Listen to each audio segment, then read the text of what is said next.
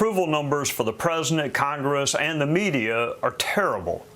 A vast majority of Americans do not want to see a rematch of the 2020 presidential election. Most Americans say they want new leaders with new ideas and better results. 17 of our presidents were governors. There are a number of current governors with approval ratings well over 50%. 13 of the 15 most popular governors are Republicans. Some are well known and others are not. Some were elected in blue or purple states, but they have one thing in common: results. They are getting results. Over the next months, we will bring you some of these governors so you can meet them and hear what they're doing and decide for yourself whether leading a state is good experience when it comes to leading a nation.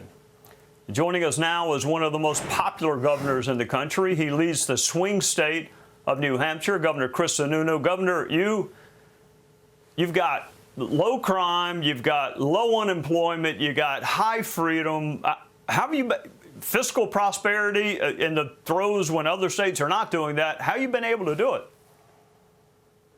Look, it's hard work. I'm not going to lie to you. It's very well crafted. It's teamwork, but it's making sure at the end of the day, people come first. Individuals come first. Businesses come first. School kids come first. It's not about the government. We are not here to solve your problems. I champion that live free or die spirit as strong as I possibly can. We're here to create as many doors of opportunity for you or your business, for your kids, whatever it is.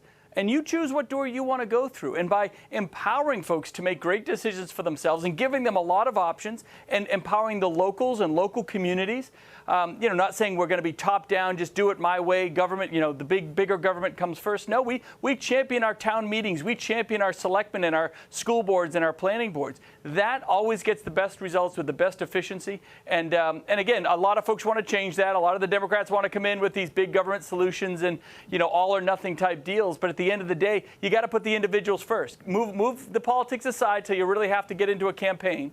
Ignore the politics as long as you can. You get way more done, much more accountability, and then you run on those results. And we've just been very successful with that model here. We got the strongest economy in the country. There's no doubt about that. We're ranked #1 for personal freedoms and lowest crime and lowest poverty rate, all these wonderful statistics. But at the end of the day, it's just got to be about that individual that needs better constituent service. All right, you mentioned politics. I think you know better than I do. I think Republicans have the majority in both your House and your Senate, which I think is called the General Court in your state. But the majorities are not overwhelming. So, look, when I was in D.C., we had a really hard time getting all the Republicans to agree on something. You don't have an overwhelming majority, so how are you able to get things done?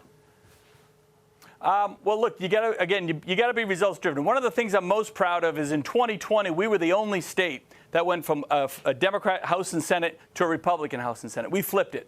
We won those seats. I invested kind of bottom up the ballot. And we have about 210 Republicans. It's a very large body to about 190 Democrats in the House. So you'd think that we'd just be stuck in gridlock, right? But we're not. We passed very successful budgets, a lot of tax cuts, a lot of opportunity for folks. It's not easy, right? You got to really work with folks and understand their issues, and there's a little negotiating and deal making and all of that. But you do it with a smile, you do it with positivity, you don't do it with intimidation. You invite everybody to the table. Everyone has a little bit of a say, so everyone takes a little bit of ownership. You get things done. All right, you have won repeatedly as a Republican in New Hampshire. Presidential candidates do not always do that. Well, sometimes they don't win at all.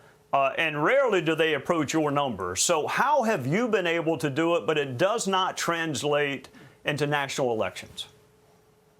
Well, when presidential candidates come in here, I try my best to give everybody the same advice, which is ignore your consultants, ignore all that big money, ignore how you do it in other states. In New Hampshire, it's person to person, living room to living room. Coming at them not with your agenda as a politician. We tend to do that, and that's the wrong way to do it. But you got to come with an open ear and spend time on their issues, what is affecting them. And that's why I think Republicans are going to be very successful this November, because right now, even nationally, we are talking about the right issues. Inflation, gas prices, electricity rates, these things that are really hitting people in the pocketbook, and it hits every single family. And so, Democrats can talk about social issues and all of that sort of thing. We're talking about, as Republicans in the Republican Party, what matters to individuals. And that's the mentality you have to come into New Hampshire. And, we have a running joke in New Hampshire. Someone might say, are you going to vote for Joe Biden? And the other guy says, well, I don't know. I've only met him twice. Right? So you got to keep coming, and we got to really get to know you. You got to look us in the eye, and we got to buy off on you as a person even more than your policies. It's not just policy driven. We got to trust you as an individual. We might not agree with every one of your policies, but we got to know at the end of the day you're going to be transparent. You're going to earn that public trust, and what you say is what you're going to do. And it sounds easy, but some people kind of get all flustered and they want to spend more money and put more ads on TV and all that. It tends to be that he who spends the most money loses in New Hampshire, right? He who spends the boots on the ground, door to door, real retail politics, that's what can get it done. I am sure that does make the consultants very upset. They should listen to you, Governor Chris Sununu. Thank you very much for joining us. It's a pleasure having you. Look forward to visiting with you again. You bet. Thank you, buddy. Hey, Sean Hannity here. Hey, click here to subscribe to Fox News YouTube page and catch our hottest interviews and most compelling analysis. You will not get it anywhere else.